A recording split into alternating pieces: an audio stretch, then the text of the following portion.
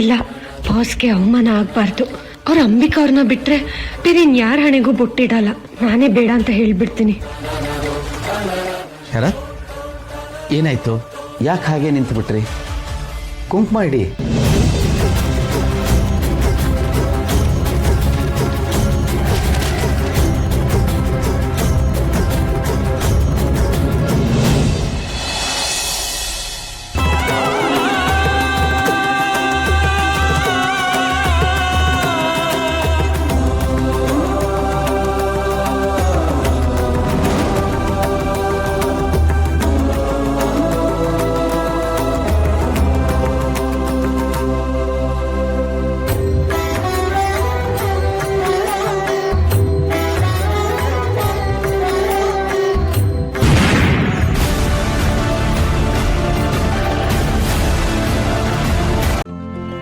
ಇಂದೇ ಡೌನ್ಲೋಡ್ ಮಾಡಿ ಮತ್ತು ನಿಮ್ಮ ನೆಚ್ಚಿನ ಶೋಗಳನ್ನು ಆನಂದಿಸಿ.